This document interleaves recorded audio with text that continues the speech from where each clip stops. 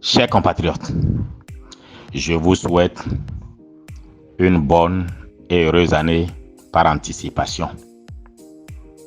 Vous êtes nombreux à demander mon appréciation, mon analyse du message du discours à la nation du président Patrice Talon devant les députés. Je remarque et je constate avec vous que ça a été un discours succinct. Je crois que ça n'a pas duré plus de 20 minutes. Et c'est une bonne chose. Je remarque aussi que ce n'est pas une litanie d'autosatisfaction pour égrener tous les projets qui ont pu être réalisés. Le président Patrice Talon a décidé de respecter Matthieu 7, versets 16 à 20. On dit c'est aux fruits qu'on reconnaît l'arbre. Vous le reconnaîtrez à leurs fruits. Le président Patrice Talon veut que les populations elles-mêmes constatent ce qu'il a fait sur le terrain au lieu que ce soit plutôt lui qui vienne leur dire j'ai fait ci, j'ai fait ça. C'est le symbole et le signe même de ceux qui sont humbles. Ce n'est pas aussi une litanie de promesses farfelues à venir parce que personne ne sait de quoi demain sera fait. Donc le président n'a rien promis. Par contre, le discours est factuel. Quelles sont les préoccupations du moment? Le débordement d'une horde de pagailleurs, communément appelés djihadistes ou terroristes, du Burkina qui empiètent sur notre territoire. Je dirais que c'est parce que le Burkina met la pression sur ceux-là qu'ils débordent sur le territoire béninois et rencontrent malheureusement nos chers soldats qui leur rappellent que ici c'est le Bénin. Bon, je crois moi qu'il n'y a pas un plan de déstabilisation par cette mouvance-là par le Bénin. S'il y avait un plan, je crois que ce serait une attaque en bonne et due forme. Mais là, à moins que je me trompe, je constate que c'est un débordement au fait. C'est dans leur fuite qu'ils se retrouvent en train d'entrer sur le territoire béninois. Et nos vaillants soldats ne peuvent pas rester les bras croisés. Il y a donc accrochage. Le président a longuement parlé sur cela et a dit les dispositions qui seront prises. Et je suis heureux qu'on donne les moyens à nos forces de sécurité pour sécuriser notre frontière. Ça, c'est un.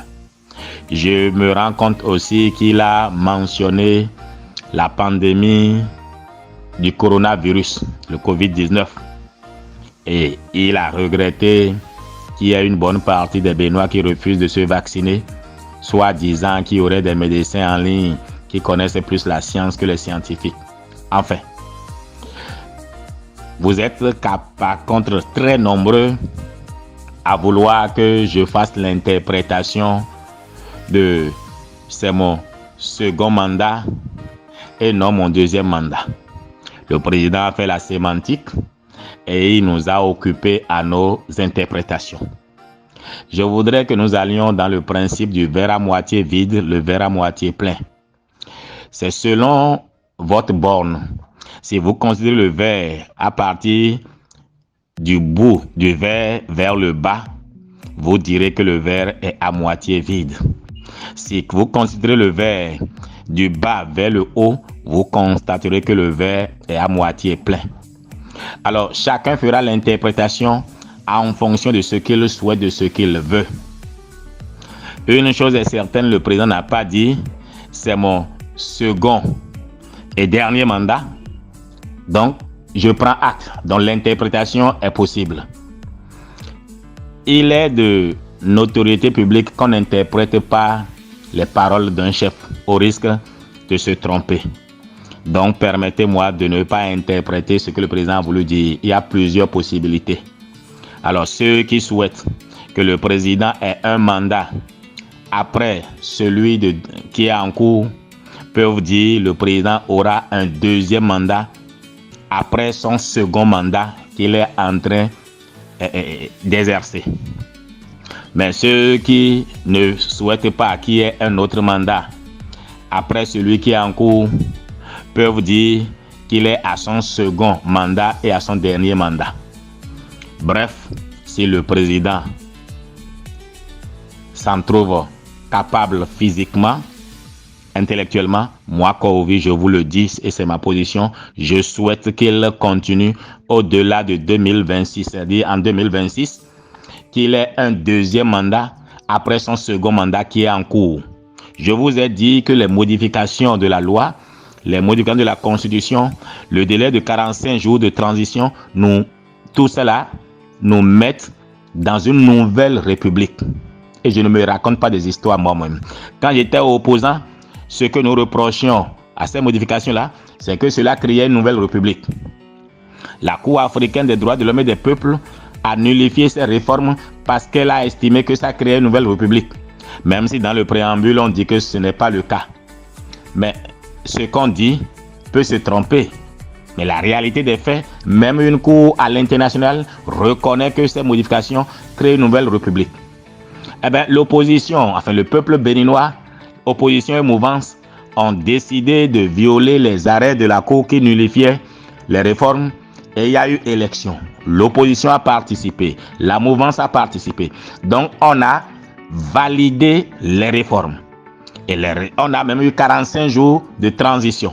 Nous sommes donc dans une nouvelle république et au titre de la nouvelle république, le président est à son premier mandat, mais au titre des mandats qu'il a commencé, il est à son second mandat. Donc, à l'issue de ce second mandat-là, qui est en réalité un premier mandat pour la nouvelle république, le président peut avoir encore un deuxième mandat. Mais on n'oblige pas l'âne à boire l'eau. Je ne peux pas oublier le président Patrice Talon à continuer la mission salvatrice de construction d'une économie fondamentale pour un développement à visage humain au Bénin. C'est à lui de décider. S'il décide de continuer à diriger notre pays, à construire notre pays, si on trouve les mots, les gestes, les actions mentales et physiques pour le convaincre à continuer, eh bien, il ne dira pas non. Il appartiendra au peuple béninois d'en décider. Mais le président a dit qu'il est à son second mandat et non à son deuxième mandat. Je voudrais que les intelligents me trouvent la nuance et la différence entre le second et le deuxième. C'est tout un chapitre qui est ouvert. Je vous réitère encore mes vœux de bonnes et heureuses années.